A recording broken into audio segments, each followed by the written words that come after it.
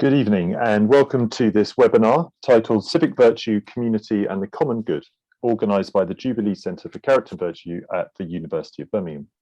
This webinar is part of the Centre's Civic Virtues Through Service to Others project, which is exploring the meaning of civic virtue in contemporary public life and education in the UK. My name is James O'Shaughnessy. I'm a Senior Research Fellow at the Jubilee Centre, a member of the House of Lords and Chair of the Repairing Our Social Fabric programme at the think tank Onward. I'm delighted to be joined this evening by three outstanding speakers. They are Miriam Coates, Conservative MP for Penistone and Stocksbridge, John Cruddas, Labour MP for Dagenham and Rainham, and Jason Callan, Editor of the New Statesman. They will each speak for 10 minutes or so after this introduction, after which we'll have 30 minutes for Q&A. And at that stage, we will be asking you to use the Zoom Q&A function to register your questions, which I will moderate. So, what is the topic that we will be discussing? All of Britain's main political parties have, at some point in their respective histories, a strong association with common good politics.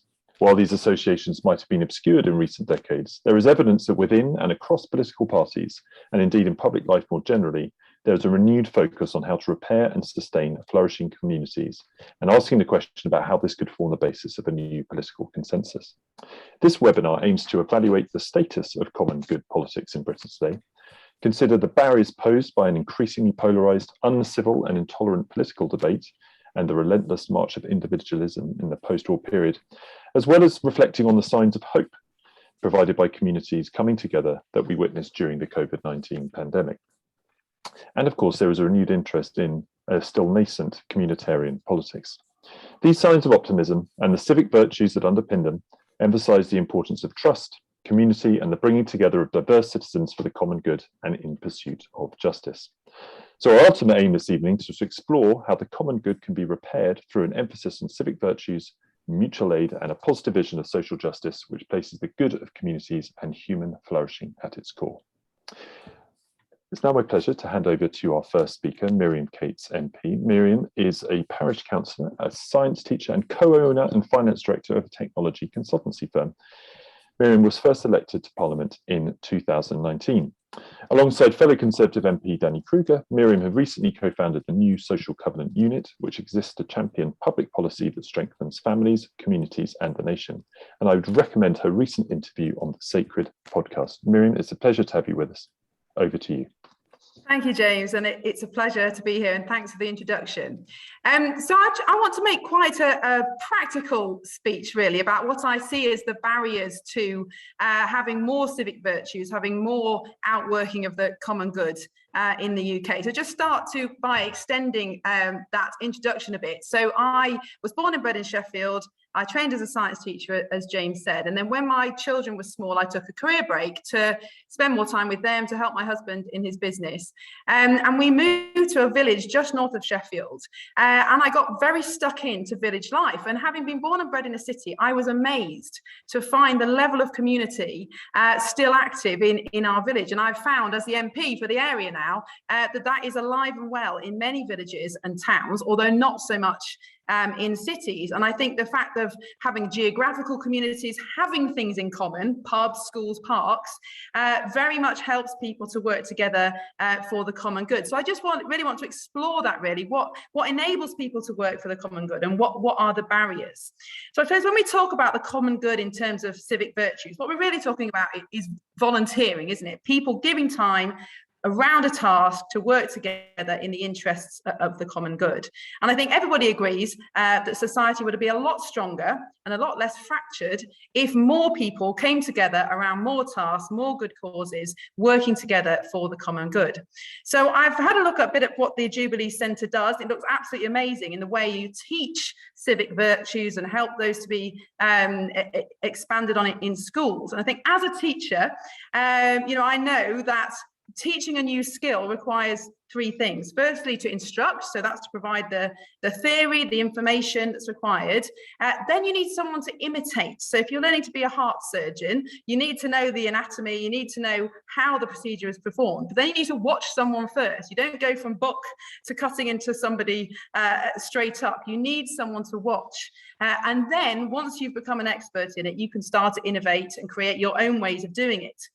And this is exactly the same in learning how to volunteer, in learning how to work for the common good in conjunction with other people around you. And obviously the Jubilee Centre and others are doing a good job in teaching those civic virtues in school and elsewhere. And actually we've seen a rise in discussion of that over the last year in the pandemic. But in terms of who do we imitate? In far too many towns and cities and villages, there's been a decline in the number of people volunteering, the decline in the number of common good projects. And this, I think, is where the problem lies. How do you know how to volunteer, how to work for the common good, if you don't see people around you doing it? I've got a friend who used to be a GP in a really, really tough, deprived estate in Sheffield. And she had patients come to her with things that weren't really medical problems, but she was desperate to refer them to people in the community who could help them. But there wasn't a single baby group, church group, choir, community group in those communities for her to refer to. How do people who want to engage in community do it when there's no one providing that role model, when there's nothing there already? And I think when I look at my own journey in volunteering, PTA, parish council, volunteering for the local church, it's very much been about joining in with something that people are already doing before you get to the point where you yourself are leading things or trying something new. So where have all the volunteers gone? Where have these role models gone? Where have these common good tasks gone? I think there are three factors that have got in the way. First of all, our social fabric's changed an awful lot. So in the north, in post-industrial towns, the industry was actually responsible for an awful lot of social fabric. Stocksbridge, where I represent, the steelworks built the golf club, built all sorts of civic society that has now gone. 11,000 people used to work at the steelworks. Now it's 750. There's been a huge decline in the social fabric that was just a given when those level of common industry was there. We've also seen huge demographic changes. Far more people in the workplace. When the welfare state was created, most women didn't work at all. We've now lost an enormous number of volunteer hours by women being in the workplace. And when we talk about uniting around a task, for most people now, their all-consuming task is their work. There's much less time outside of work to put into those common good areas. We've also got more mobile populations, and volunteering and working for the common good, you need to be invested in your community to do that. And if you move around a lot, if you don't have the connections from childhood that drive you to work for that common purpose, it's much harder to grow that sense of volunteering and common purpose. I think secondly, there's been a huge change in attitudes to what is the common good and how we work for it since the welfare state. Now, the welfare state is a brilliant thing. We should absolutely have a viable safety net. That is a good thing. But I think over recent years, we've seen a kind of movement of people seeing the welfare state as something that's good and being very grateful for it, to expecting the state to provide everything. And the state does provide an awful lot, and actually to the point where it's pushed out opportunities for voluntary tasks. So, if we think back a very, very long time ago, schooling was provided by charitable groups. Obviously, that's not been the case for a long time. But there are all sorts of things now that we expect and feel entitled that the state should provide, rather than expecting people to come together to provide it. Now, there are different political perspectives about whether that's a good or bad thing, but I do think we've moved from a position of thinking it's our duty to serve to believing that we have an entitlement to be served. And I think that in itself reduces the number of people willing to volunteer because they don't feel they ought to have to, because it's something that the state should provide. And thirdly, and I think this is possibly the most difficult challenge to solve, is that there's a huge fear of judgment now. Social media has led to a really toxic atmosphere where people are judged, criticised, publicly ridiculed for doing good. And I can think of countless examples of this just in my village. I was part of a fantastic group, Friends of Coronation Park, who just basically work to raise money to provide free activities for children. And the number of messages you receive complaining about the activities and all sorts of things puts people off giving their time. I know schools that are struggling to recruit governors because of the exposure they feel that they will have, and their lives to be looked at, and they'll be criticised for having different interests. There's somebody I know of in the community who's being subject to all sorts of FOI requests because somebody thinks that he's on the take when he isn't. It should be rewarding to serve, not financially rewarding, of course, but it should be rewarding in a social way, in a sense of building new relationships and an achievement. But it's not rewarding for so many people because of this fear of judgment. And I've had an experience of that myself, which I haven't got time to go into. So given that I'm an MP, I want to look at what can the government do to help shift some of those barriers. So firstly, in terms of restoring the social fabric, I think we need a complete overhaul of our tax and benefits system. I think social policy over the last few decades has pushed more and more parents into full-time work. We have very few households now where people actually have spare time to invest in the community, and the volunteering falls completely on older people and retired people who are absolutely amazing. But for the sake of community cohesion and longevity and sustainability, we need to get younger people out again into community working for the common good. And I think this is going to be inevitable. Our way of life is just completely unsustainable at the moment in terms of people living so much longer, working for a lesser proportion of their lives. We're going to have to change social policies and engage the community more because it will just be unaffordable. I think secondly, in terms of having a different approach to how the state provides things, we need a lot more community commissioning, a lot more partnership between state and community. The Towns Fund has been a brilliant example of this. I've had one in Stocksbridge where government has put up the money, but it's been up to the community to say how it wants to be spent. The holiday activities and food programme, another amazing examples where councils were given the money, but then they recruited armies of volunteers, of professionals, of schools, bringing together lots of different groups for the common good to serve children in deprived areas. So I think there's plenty that government can do on that. And then in terms of ending this culture of judgment, this is the really tricky one. I mean, we've got an online harms bill coming up, which, hopefully will tame the worst excesses of how people behave on social media. But I think the law doesn't change people's hearts, does it? And we come back now to the personal virtues.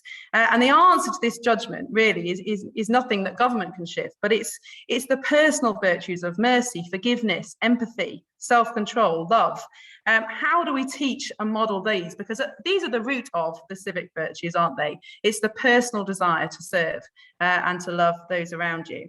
And I think faith communities have got an awful lot to teach us in that sense. So I think I've got about half a minute left. I think there's hope. I think young people are much more civic minded than we give them credit for, but they're not going to flourish as future volunteers, as future promoters of the common good if they've got no one to imitate. And so I think that is going to be our key challenge for the next decade at least. So once they have learned to imitate, then hopefully they will innovate and find new ways of securing the common good for the next generation. Miriam, thank you so much for a very interesting, compelling, and provocative contribution this evening. I think 2 points stand out for me. Your point about role modelling, the importance of role modelling, and the importance of time. How to generate the time for people so their living standards aren't compromised critically, because nobody's going to choose that. But at the same time, to generate more time across all the generations in order to make that contribution, which of course then creates to excuse the pun, a virtuous circle, because of that ability of people to see what it means to actually contribute in a community and to copy that. So thank you very much for that. Now going to move on to our second speaker, who's John Kradis Mp. John served as the Labour Party's policy coordinator between 2012 and 2015. He holds a PhD in industrial and business studies from the University of Warwick, and from 2016 he's been a visiting fellow at Nuffield College, Oxford, and visiting professor at the University of Leicester within the Centre for Sustainable Work and Employment Futures. His book, The Dignity of Labour, was published by Polity in April 21 and explores how work can provide meaning, purpose and belonging. I should also say that John and I serve alongside each other on the Repairing Our Social Fabric Programme steering group. John, it's a delight to have you with us and looking forward to hearing from you. Thanks very much, James. I'm going to come at this from a slightly different perspective than Miriam, but I think we're going to arrive at similar conclusions. And thanks very much indeed for the this welcome conversation. I'm a long-term admirer of the Jubilee Centre, not least because it forces us to discuss what politics is for, which is something politicians actually tend not to do, is discuss what politics is for. I also enjoyed the background paper, which sets out the case for a politics of the common good, something desperately needed as politics increasingly plays into a series of binaries, you know, Brexit, age, geography, education. And we clearly require some form of transcendent frame, precisely what a politics of the common good could provide. However, in my brief comments, I want to deal with why this is so difficult, especially on the left, on my team, because such a politics is so unfashionable as to arguably be irretrievable at this moment in time. So I think it's useful to consider the subject with reference to three speeches. This is how I tend to broach the subject. First, and famously, nearly 50 years ago, Bobby Kennedy gave a speech at the University of Kansas, where he suggested that even if we act to erase material poverty, there's another great task, is to confront the poverty of satisfaction, of purpose and dignity that affects us all. And he went on to separate sort of ethics and economics. And he basically said that the gross national product measures everything except that which makes life worthwhile. And I think that's a really good hook to introduce the notion of the common good, because it is an emphasis on spiritual fulfillment and the search for meaning and dignity rather than unbridled growth. And it sort of echoes themes of another speech some 4 years earlier, where Lyndon Johnson spoke of, quote, the opportunity to move not only towards a rich society and the powerful society, but upward to the great society where material justice was not enough. And he talked of the desire for beauty and the hunger for community, where the meaning of our lives matches the marvelous products of our labor, reciting Aristotle. And he identified the city, country, and classroom where this great society would be forged to move beyond what he called a soulless wealth. The task being to help build a society where the demands of morality and the needs of the spirit can be realized in the life of the nation. It almost contains a language unrecognizable in politics today. And that's what I think should be the jumping off point, because it is a language deeply embedded within the history of my party on the left, and indeed the right, for example, Burke. On the left, the ethical concerns of Labour leaders like Lansbury, Hardy, MacDonald. But today we're more likely to hear this political language on the right of politics. And the third speech I'd point to is one on 1999, where George Bush gave a duty of hope speech. Simple, short speech, foundational speech in the building of compassionate conservatism. And he began with an acknowledgement that the invisible hand cannot touch the human heart, from where the words duty, hope, compassion blend a sort of patriotism, which he called tied together by bonds of friendship, community, and solidarity. And Bush argued that government must act in the common good, and that good is not common until it's shared by those in need. And these speeches do speak of a lost language, of a political world now dominated by questions of utility. So the real question for me in this conversation is, why is this? Why has this language been lost? And arguably it's because these speeches operate within an alternative framework of justice, unfashionable in politics today, outside of the mainstream of political and philosophical debate. And as such, they reveal something we've lost, because the reality is debates both within and between political parties and traditions are grounded within alternative philosophical approaches to questions of justice. And that shapes the political conversation, whether we acknowledge this or not. Yet we tend to understand competing political frames on a left-right spectrum. And I think that hinders our understanding and undermines the politics of a common good. A better approach is to think of three competing philosophical traditions, either maximizing human welfare, human freedom, or human virtue. The first considers the material well-being of the people as the measure of justice. The second, with respect for and the extension of personal rights and freedoms. And the third, the promotion of virtue. So I just want to walk through each of these and then make a couple of points at the end in terms of where we are politically. Firstly, welfare models, obviously utilitarian philosophical assumptions to maximize the happiness of the maximum number of people. And this is generally translated to mean their material well-being, their welfare. Questions of power and democracy tend to be neglected within this tradition, and especially on the left, it tends to envision the task of politics as one of state capture to redistribute and maximise the welfare of the people. And this has dominated the Labour Party since the 1930s, and it's literally crowded out an awful lot of alternative thinking. The second approach, with questions of freedom, in contrast to questions of utility, focuses on questions of freedom and rights. On the right, we see the sort of free market libertarians. On the left, those who seek to establish human rights that remedy economic and social disadvantage. On the left, you can trace this back to 18th century radical liberalism, the Levellers, Tom Paine, Chartism, more recently, post-war Universal Declaration of Human Rights, guided by Enlightenment and modern social democratic and socialist rights-based thinking. In the UK, I suppose you'd point to the social reforms of the 1960s under the guidance of Roy Jenkins. Decades later, initiatives such as the Human Rights Act under the Blair government.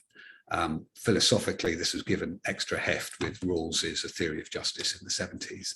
And it seeks a non-judgmental state architecture which cultivates the ability of each and every citizen to choose the life they wish to live and actively equips them with the ability to do so.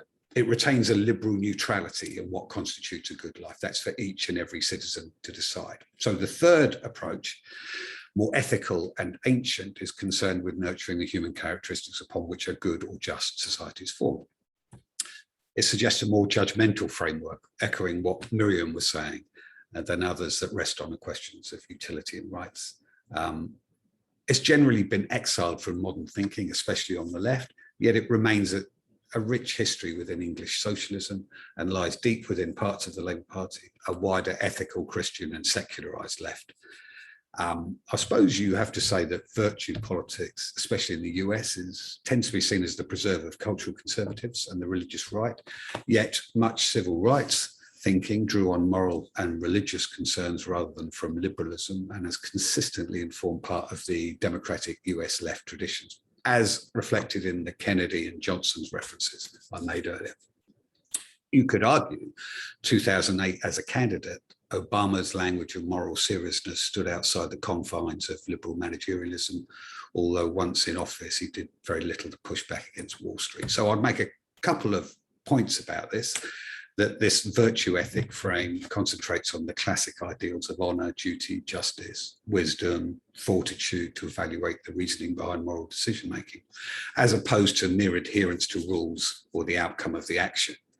And the notion of the common good associated with this tradition is concerned with personal mutual flourishing in terms of our talents and vocations, treating people as belonging to families, localities, communities, and to shared traditions, interests and faith, which is neglected by an exclusively legalistic, managerial, technocratic conception of justice and politics, that which dominates the left side of the political spectrum.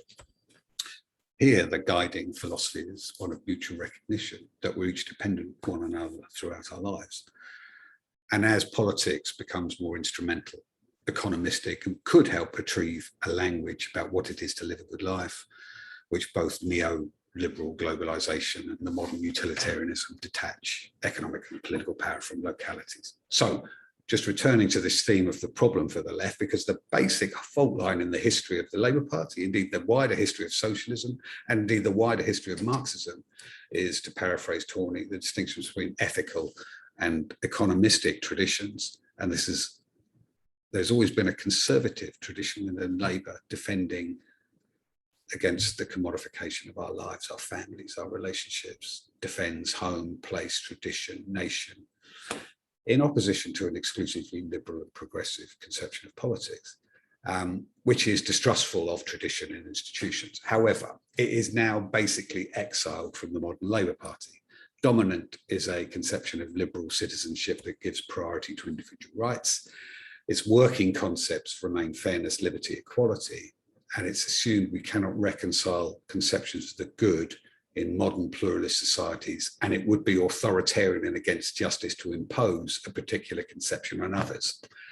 That non-judgmental theme reoccurs, which is what Miriam was saying. But put it bluntly, is that enough?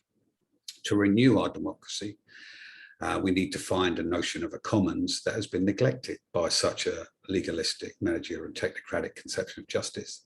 I would argue it's been in decline for 20 years on the left, and that closely parallels the electoral declines of Labour from, I would pinpoint 2001 in terms of the decline of the left, and Tony Blair's retreat from the communitarianism that he pioneered in his early years. I would suggest that this partly accounts for the drive towards more authoritarian populism, because capitalism is unable to deliver what it promises, and there's a growing discrepancy between the lives we wish to live and those we're actually experiencing by many of our fellow citizens, and that's propelling an escalating sense of rage, grievance and anger, which will not go away. So a revival of this tradition would help us engage with the direct problems that confront our politics. And this sense of powerlessness that people feel, of exclusion, estrangement, lack of participation, lack of virtue in our institution of politics, it implies a new covenant between state and citizen, but I cannot see where it would emerge from. There are points of light, the new social covenant unit that James mentioned, the work of Onward, which he also mentioned, obviously the Jubilee Centre, writers such as Michael Sandel, but there is a profound vacuum on the left. Each faction on the left is dominated by utilitarian concerns, which cannot confront what is driving modern populism. Our liberal neutrality means that we cannot speak to the emotions driving these forces. And I would argue that's why the left is in decline. So we're in desperate need of a new telos, a renewed public philosophy of politics and philosophy of the common good. And hopefully this conversation can help in that process of renewal or of retrieving exiled traditions. And we've seen in the pandemic that on the ground, this is precisely what people need at moments of crisis, a reconciliation and points of encounter so that we can live fulfilling lives together. Thanks, James. Thank you, John. Well, that was a tour de force, and I think if this new political census has a philosopher-in-chief, we found it. As someone from the right, to hear you talk in this way is actually incredibly attractive, actually, which I think is in itself interesting. The question is why what feels like a politics that would meet some very basic human needs seems to lack any urgency or scale, as you point out, in the real politics of today. But that's a question we can explore more in the Q&A. So thank you, John, for that. I'm now going to hand over to Jason Cowley, to give our final presentation. So Jason, as I'm sure everyone is aware, is an award-winning journalist and author who served as editor of the New Statesman since 2008. Prior to joining New Statesman, Jason was senior editor at The Observer and a staff writer at The Times. He's written extensively on the need to develop and encourage the common good in Britain, and his upcoming book, Who Are We? Stories of Modern England, will analyse the nation's divided sense of self. And I think among the many achievements Jason has is taking perhaps the Bible of the kind of liberal left in the New Statesman and injecting it with common good commentary, which I can imagine in the environment that John has set out in the left is not straightforward and not without generating some enemies. So Jason, it's a real pleasure to have you with us this evening. Looking forward to hearing from you. And you are currently muted. Okay, good. Thank you, James. Thanks for unmuting me as well. You may wish to mute me very soon, but I'll stay unmuted for now. And thank you for the invitation to join the event today. And I admire the work that you're doing. And I don't speak for either political party, Conservatives or Labour, but I am editor of the New Statesman. And as you say, I have been working on a book in recent times, actually through the pandemic. And it's actually got an additional word to the title now. It's Who Are We Now? Stories of Modern England, because I think the pandemic has given the book a frame and an endpoint that it didn't have before. But one of the things when I began the book I was thinking about was the deep fragmentation in society, not just in we witness in daily life, but also national fragmentation of the United Kingdom. So it's a book about England and Englishness over the last 20 years, but inevitably is also a book about the United Kingdom and its fragmentation and potential breakup. And what interested me was was, can we any longer speak of a unifying national identity that can unite us and bring us together? And it's a book of stories. And what I will do first, rather than speaking abstractions, I want to talk a little bit about one story, and it involves my aunt. And why I want to tell this story is I think it's a parable of where we are. And one of the things that interests me, as well as the common good, is social repair and how we reweave the fabric of society, if indeed you can reweave anything. My aunt is now 93, and she lives in Harlow, Newtown, which was where I was born as well, in Essex, created in the 1946 Newtowns Act by the Attlee government as a kind of utopian settlement to try and provide decent housing for Londoners, many of whom had lost their housing during the Blitz, and try and offer them a new start. Part of the whole post-war consensus that began actually with the Churchill coalition government through the reforms responding to Beveridge and Keynes, and then the Attlee government of 45. So my aunt, who's now 93, is very much a product of that. And she settled in what was a former village called Potter Street on the edges of the new town. And it still, even today, retains something of the characteristics of a village. And she lives in the same modest end of terrace house, brick-built house, that she's lived in for more than 50 years. The whole of our extended family has left the town. Many of us alarmed by the decline of the town, sadly. Harlow, in many ways, although it's 30 minutes from London Liverpool Street Station, it is seen as one of the so-called left-behind towns, with an alienated population, high levels of inequality, unemployment, deprived estates, and voted 68% for Brexit, as indeed did all districts of Essex. Deep social problems. In February 2018, my aunt received a letter from something called the Practice Group, which in effect was telling her that her local doctor's surgery, Osler House Surgery, which was opened in the 1950s, would be closed in April. In other words, in 6 weeks. No consultation, no discussion, a fait accompli. And my aunt was aghast. And indeed, I know Osler House Surgery because I was born directly opposite in Prentice Place. And indeed, the very name is resonant, Prentice Place. Place is one of our deepest instincts. One of our great commitments is to a sense of place. Now, Harlow's MP is a very noble conservative called Robert Halfon, who in many ways embodies the gritty working class characteristics of the town, what Robert calls white van conservatism. Indeed, Robert has called for the Conservative Party to be renamed the Workers' Party. And Robert was aghast. He hadn't been consulted about the closure of the surgery. And he said it was a terrible and short-sighted decision. The local council had no influence over the decision. And I wrote a little piece about it, which was picked up by Paul Dacre on the Daily Mail and on the associated newspaper groups and on the BBC. And Mr. Dacre directed his formidable team of journalists onto this. And what they discovered was that the Osler House Surgery was in fact owned by an American conglomerate, which was based in St. Louis, Missouri. And it decided that the local doctor's surgery was no longer financially viable.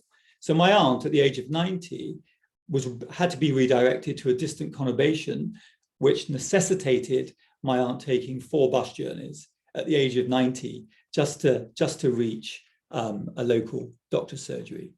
And my aunt believed in Harlow. She believed in the new town ideal. She was committed to the town. She'd stayed on when everybody else had left. She defended the town against accusations to decline. And she mounted a little campaign against the closure of the doctor's surgery, which had some national traction.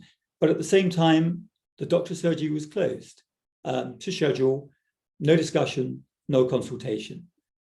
Robert Halfon, the MP, unhappy, the district council unhappy, my aunt unhappy. And she said in her interview with the BBC that she was fighting giants. And what had happened had broken her heart. Now, here's a very resilient, dignified woman in her early 90s, and her heart had been broken. Now, this profoundly moved me.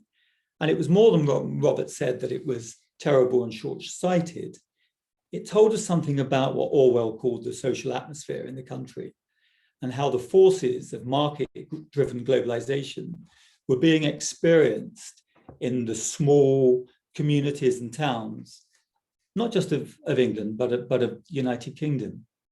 And I spoke to my aunt, and I spoke to her fellow campaigners, and they felt humiliated, and they felt not only let down, but they felt powerless. So for me, it told me something about agency. And what is missing from people's lives, for many people's lives, is a sense of control, agency, and participation in the local decision-making, which can result in the closure of Osler House surgery without any consultation. I thought it was a very revealing and troubling episode, but I don't want to necessarily end on a note of gloom, because in your introduction, James, you mentioned what we witnessed during the pandemic, and Miriam spoke of people volunteering. Do you remember in those early days of the pandemic when we didn't quite understand what was happening? This unknown virus was sweeping the land, people were falling ill, people were dying, and we were forced into lockdown and indeed into social isolation.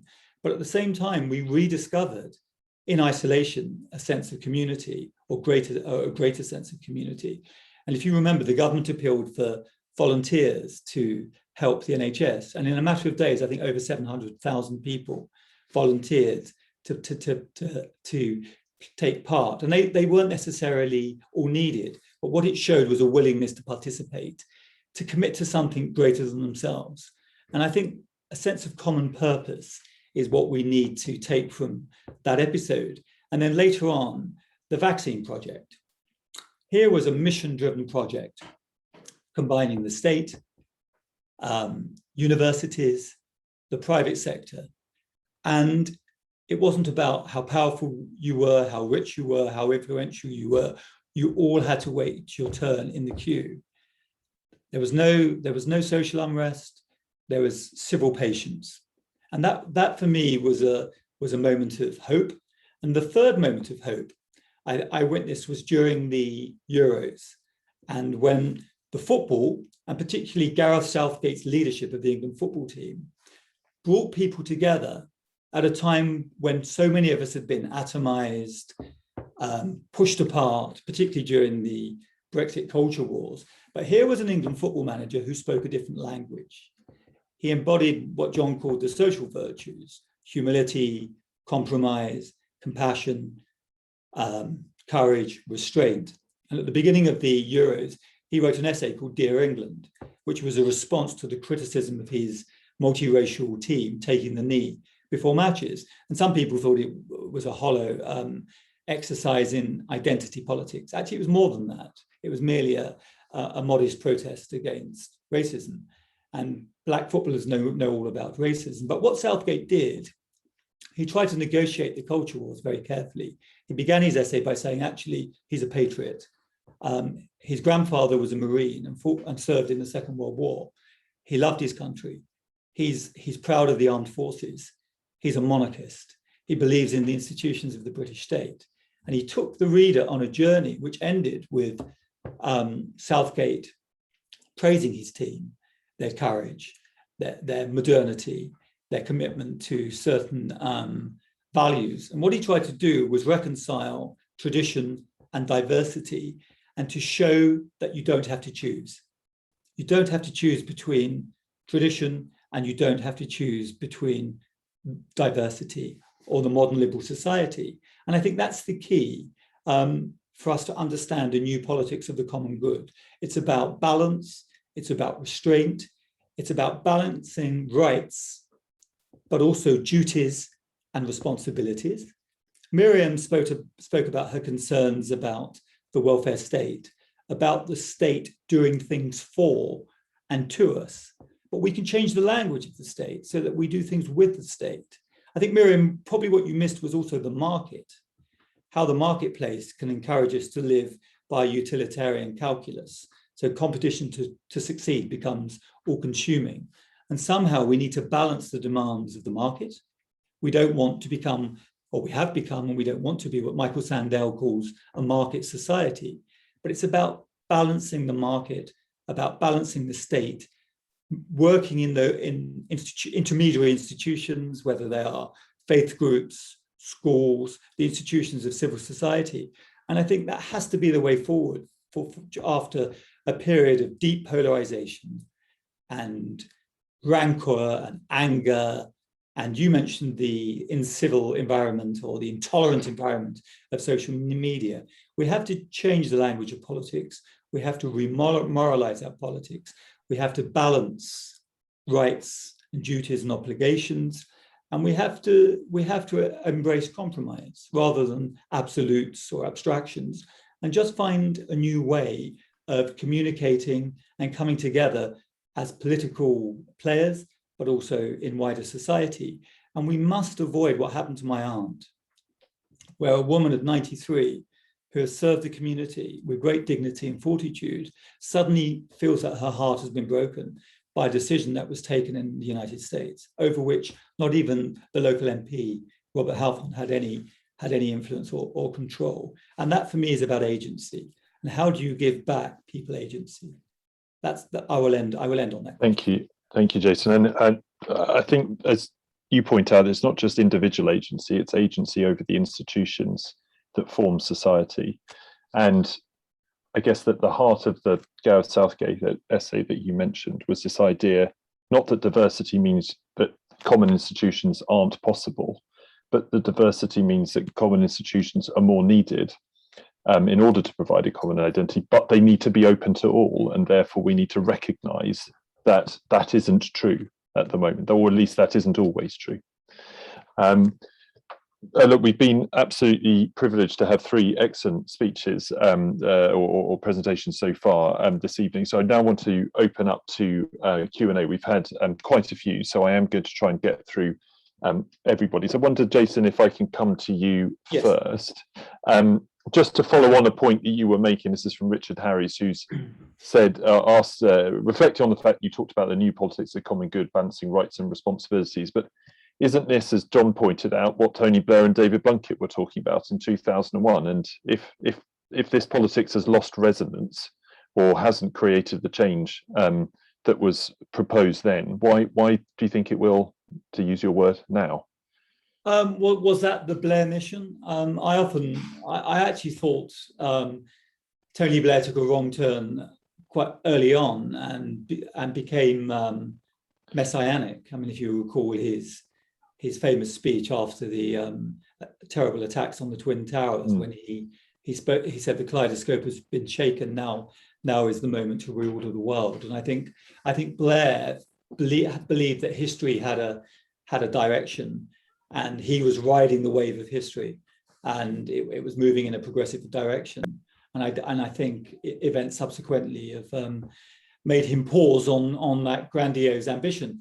Balancing of rights and responsibility. Well, it's a permanent challenge, I think, for all of us. And I don't think it began or ended with the new Labour period. I think early on, excuse me, Blunkett and Blair were trying to change the language of left politics, and I think John Cruddas would agree. Early Blairism, early New Labour was very interesting, and some of what they were trying to do succeeded. But I do think Tony Blair took a wrong turn. Thank you. Perhaps, John, you could also reflect on that, as you were there working for Blair at the time, I believe. And I guess to also bring this, into today, you gave a slightly gloomy prospectus about the potential for this actually resonating in today's left, the sort of politics of maximising virtue. What can give it a connection? What can give it a resonance in the modern Labour Party, and how could it potentially be part of a manifesto, or at least inform a manifesto? I think the Blair question is a really good one, because you tend to analyse history with these sweeps, and Blair was X or Y, but the real story is the changing character of Blair as a politician, actually, from what gave him his potency and power as a young leader, and the language, the cadence and the issues he raised. He was writing private letters around the nature of the common good to faith leaders. He was involved in dialogues. It was his organising principle, I would say till about 1999, really. But the real story is the changing texture of that government through the back end of the first term, and especially expressed in the second term, crystallized with when he became a global liberal leader after 9/11 and etc. But there is no biography of New Labour in that period that really charts the evolution, some would say it, or the changing character of Blair as a leader and a politician. His reference points, he borrowed extensively on John McMurray, and a certain group of spiritual concerns around the common good in his early years. I would argue that's what gave him such a deep connection with a lot of the populace, because he spoke in a language often bypassed by politics itself, and that propelled him forward. And the real story is the declining significance of those concerns in later years. Cumulatively, in his own biography, he literally dismisses his early story, because it's almost something he wants to rub out. John, just as a coda to that, if I may, just a very quick one. John wasn't, but for me, it seemed even the early Blair, the Blair you admired and perhaps even worked for, he was in flight from history. Do you remember the speech in '95 when he said, "I want this to be a young country"? Yeah, I agree. I mean, look, the future. He thought he was running towards the future. Oh, there's no doubt. He didn't want to be constrained by the past, by tradition. Surely. I talked about binaries earlier. He had these classic binaries, old and new Labour and rupture, which suddenly coincided with when he became Prime Minister. You know, there was this new world order unfolding, and he became quite deterministic around technology and demography and the future of the country. But all I would say is there is a lost history around Blair about his concerns in the early years, which will have to be retrieved at some stage in some sort of deeper reckoning with Labour's recent history, because it cannot own its defeats and its victories at the moment because of the factional character of the conversations, which lacks nuance and understanding of how it won 3 elections in the last 10 and the reasons behind it. Because I would say that gave Blair his power, was the reference points that he used and subsequently deserted. Now, coming today, it's only by that full reckoning that we will be able to move forward again, because it will have to be a blend of different conceptions of justice. And at the moment, the whole of the Labour Party is simply a debate between liberal rights-based models and the utilitarianism that has dominated the radical left and the right factions of the Labour Party from the 30s, but especially in the last 15 years. Yeah. And in doing so, Miriam, this has created a space for the Conservative Party, which is, with its sort of historic flexibility, shall we say, to ideas, has seen an opportunity, which both resonates with its history, of course, but also provides a political opportunity as well. But at this stage, I think it's also fair to say it doesn't have the depth that it needs in order to maintain its presence and also to actually start strongly influencing policy. That's obviously your mission, Miriam, in part. So how do you, what do you see as the kind of touch points? How does this start to resonate with grand political strategy and turn itself into government action? Well, I think that's a very good question, and obviously something that I'm wrestling with very much at the moment. But I think what I would say is, in these left behind towns, which Jason described so well, and I recognise so much of that from Yorkshire, but whilst there is some sense of despair and things like that, there is also a rootedness, a connectedness, an understanding of common good that perhaps isn't articulated, but is very much understood. And I find that when I'm talking about virtues, morality, common good, public interest, you know, when I'm talking to a Westminster crowd, they go, "Oh, that's interesting." When I'm talking to my constituents, they're like, "Yeah, absolutely, they get it. They get family, they get community, they get the fact that even if the opportunities and the money is better in the city, they'd rather live here where they're grown up. I think there is an understanding in our red wall areas, or whatever you want to call them, of these things. The problem is that Westminster cannot articulate them, and we're frightened of articulating them because we think we're going to alienate the liberal elite, whoever you want to call them, that have got us into power. And I think we have just reverted to this, well, I want to call it scientism, that what we've seen of the last 18 months is that we can only trust, we can only value what we can measure. And it's very easy to measure certain things like the number of people dying of COVID. It's much harder to measure other things like how much are we stunting our children's development by stopping them from interacting with other people. You can't measure that, okay, so we'll ignore it. So I think, you know, we've just resorted to this very, very narrow view of life, which is what can we measure. And I mean, Blair and Thatcher were, you know, mostly before my time, but they explained their policies. They didn't just repeat statistics, they explained. Well, certainly, you know, Blair in the early years, I was 14 when Blair swept to power, and I was absolutely captivated, you know, as probably many of my generation, because it explained and it had purpose and it you know, it had vision. I think that's what we need back in the Conservative Party. I think, you know, I came to the Conservative Party as an adult. I don't have any problem with explaining why I am a Conservative.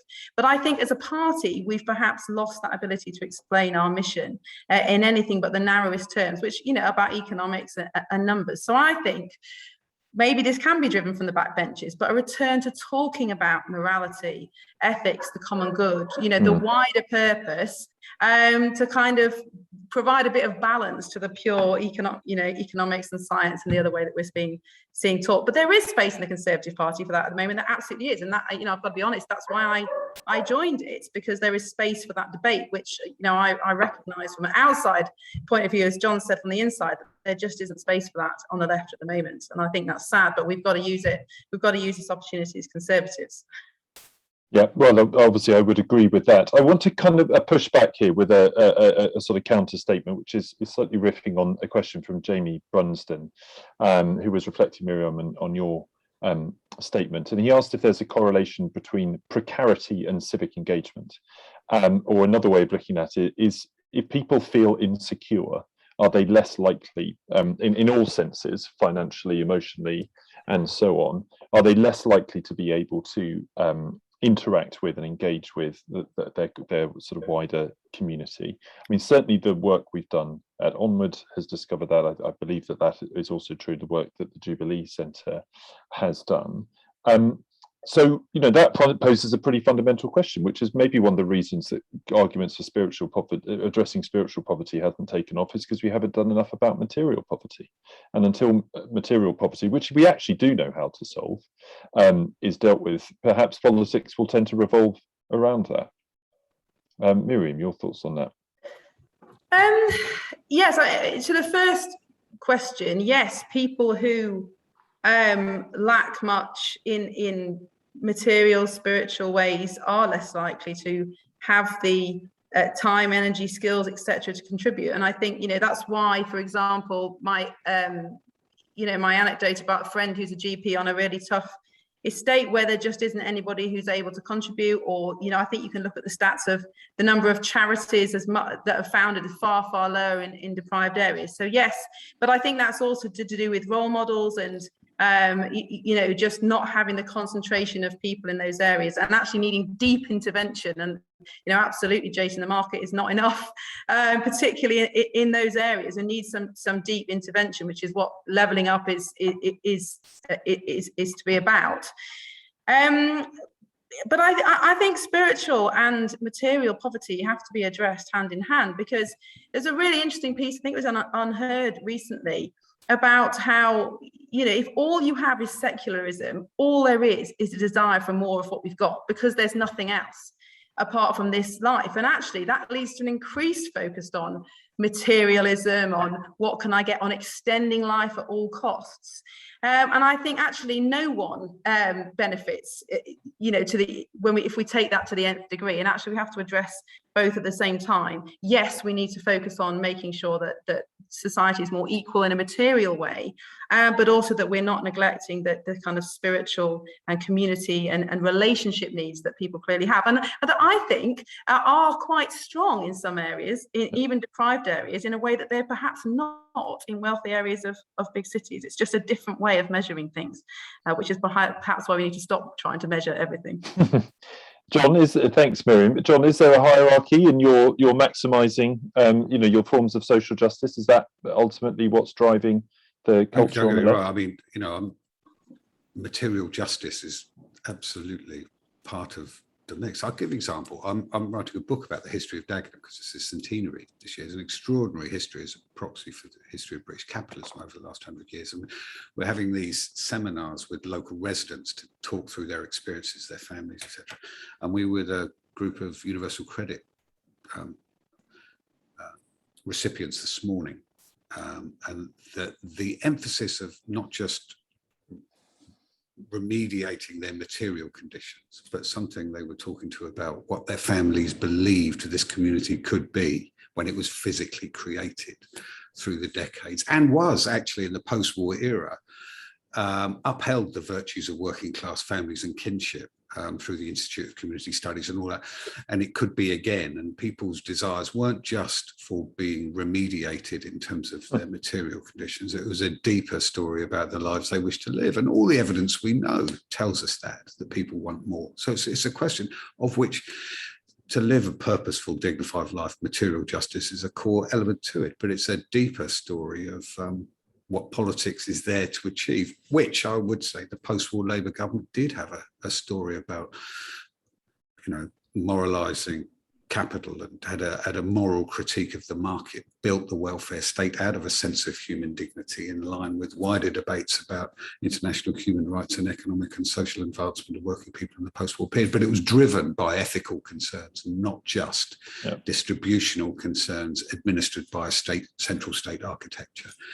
So it's not an either-or thing. It's obviously more complicated than that, but it should not be beyond the collective wit, given this history of the left, to rediscover this core. And I would just say one more thing.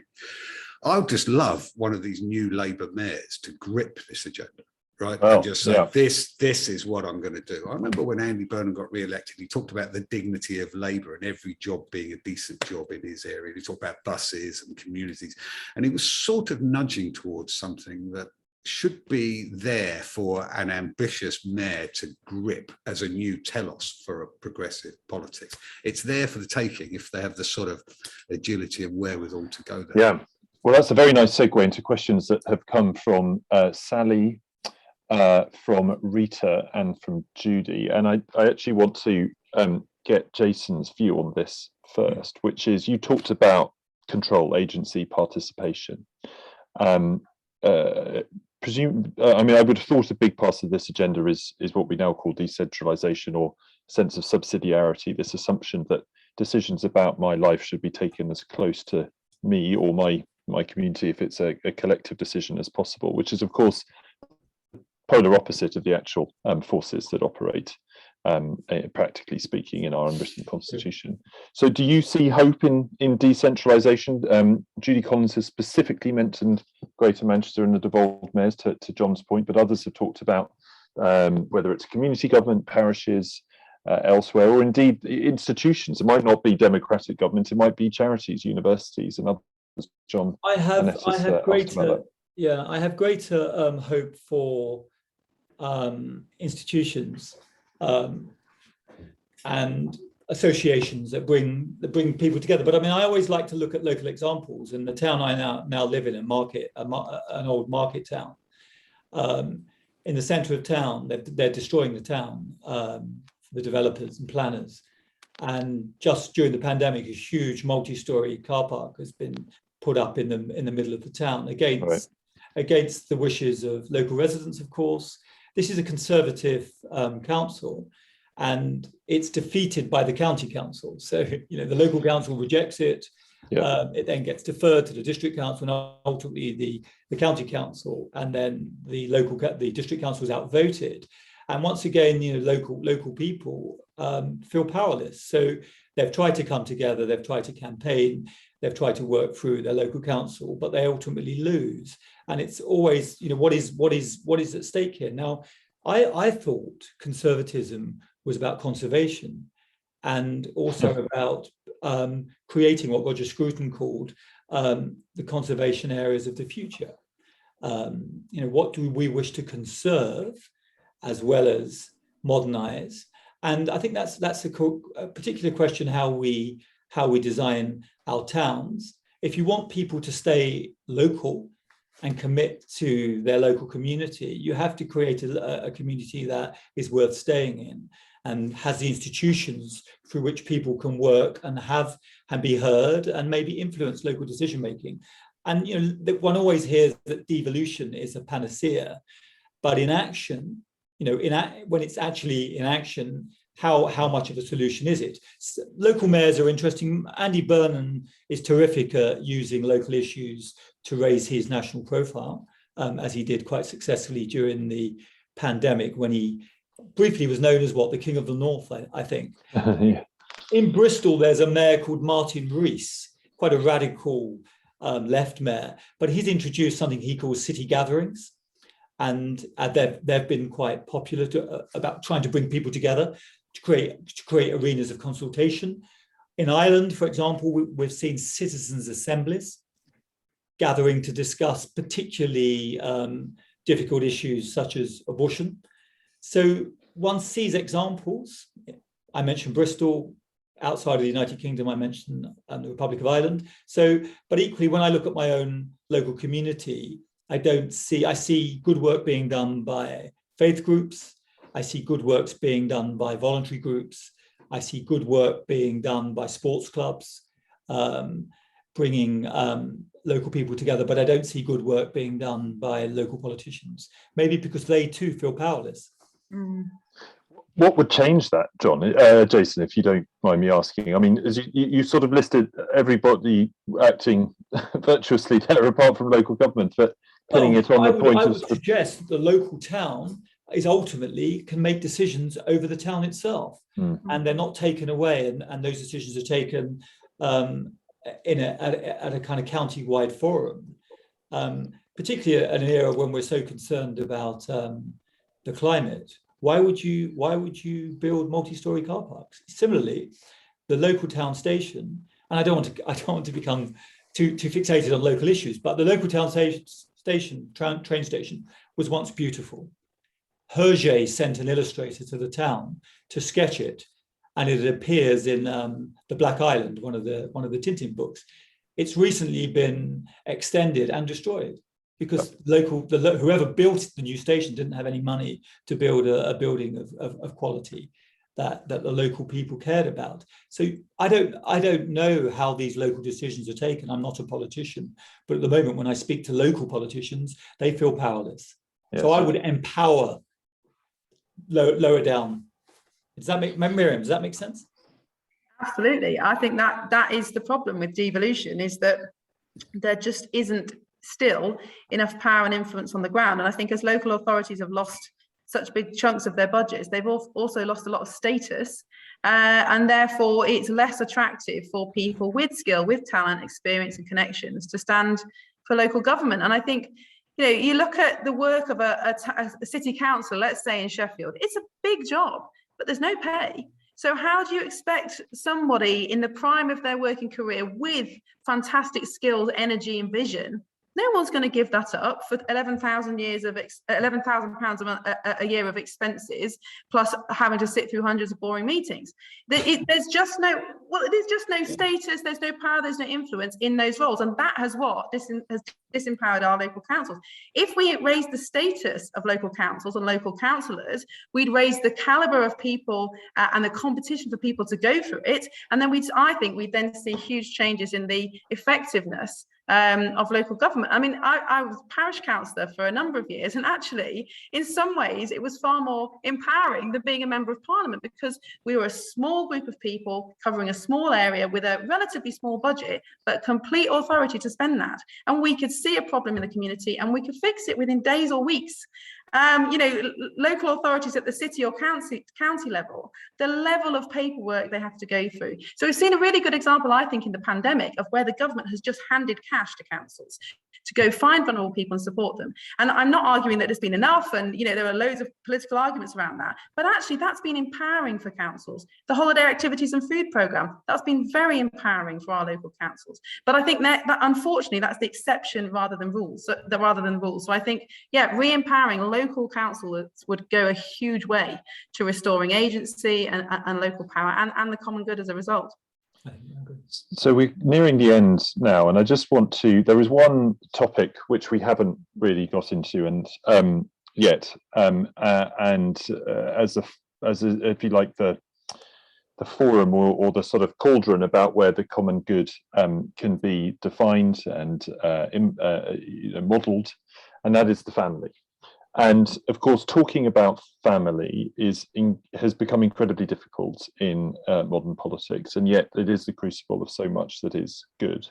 And I know it's particularly difficult on the left, which is why I'm going to ask you about it first, John. But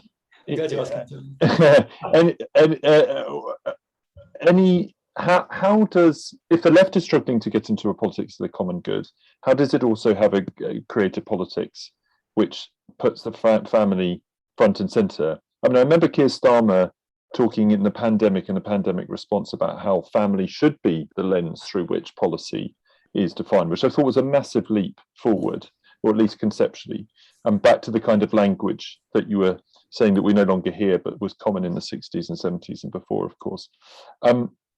Is it feasible to have a modern politics of the family that doesn't fall into the historic traps, but actually has meaning when it comes to promoting a common good?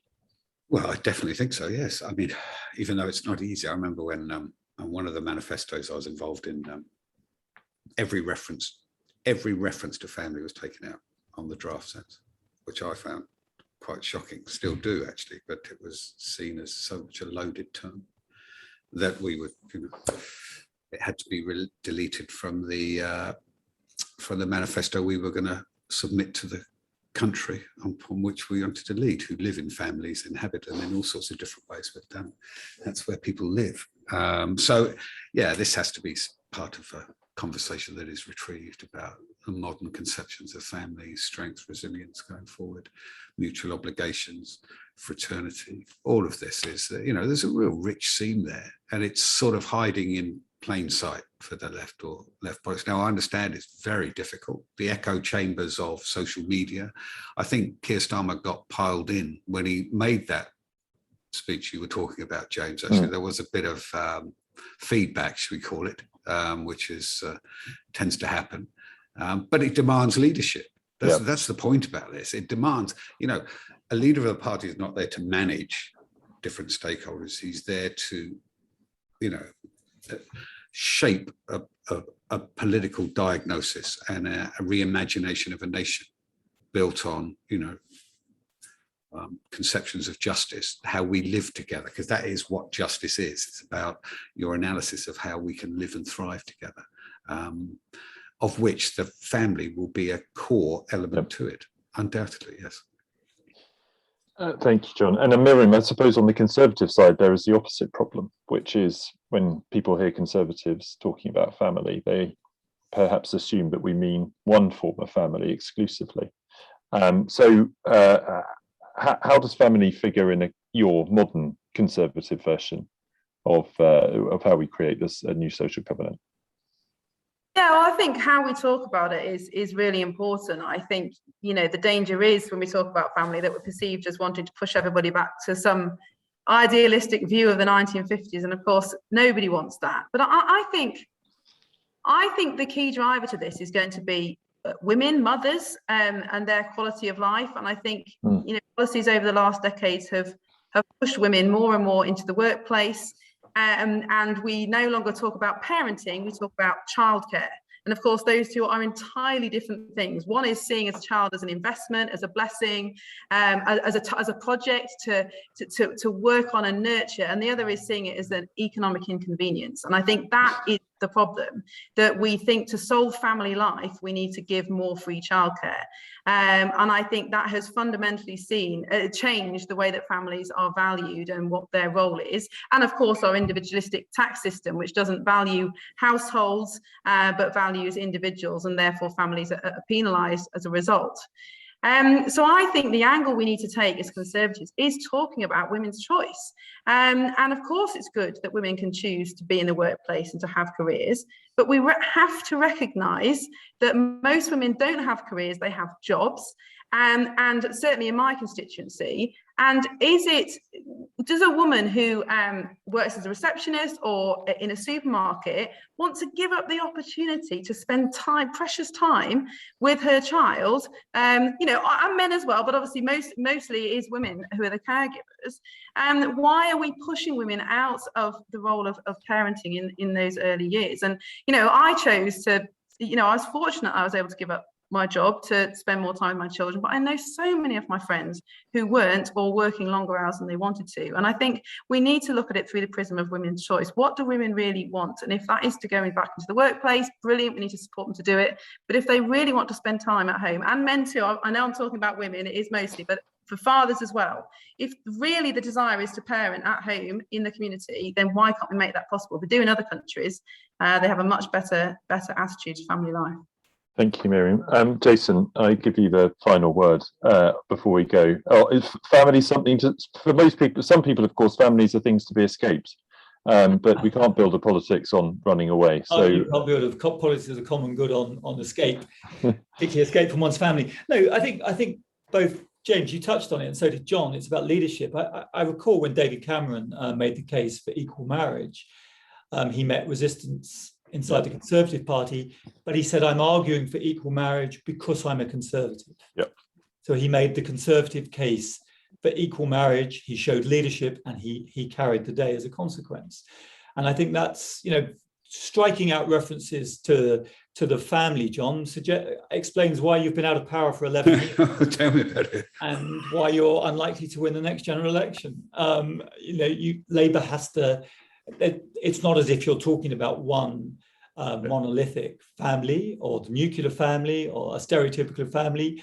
You as Labour MPs need to speak honestly, openly, and show leadership on the issue, as Cameron did on equal marriage. It's not complicated. I think sometimes, for whatever reason, politics is overcomplicated. It's absolutely not. As I said at the beginning, it's about balance.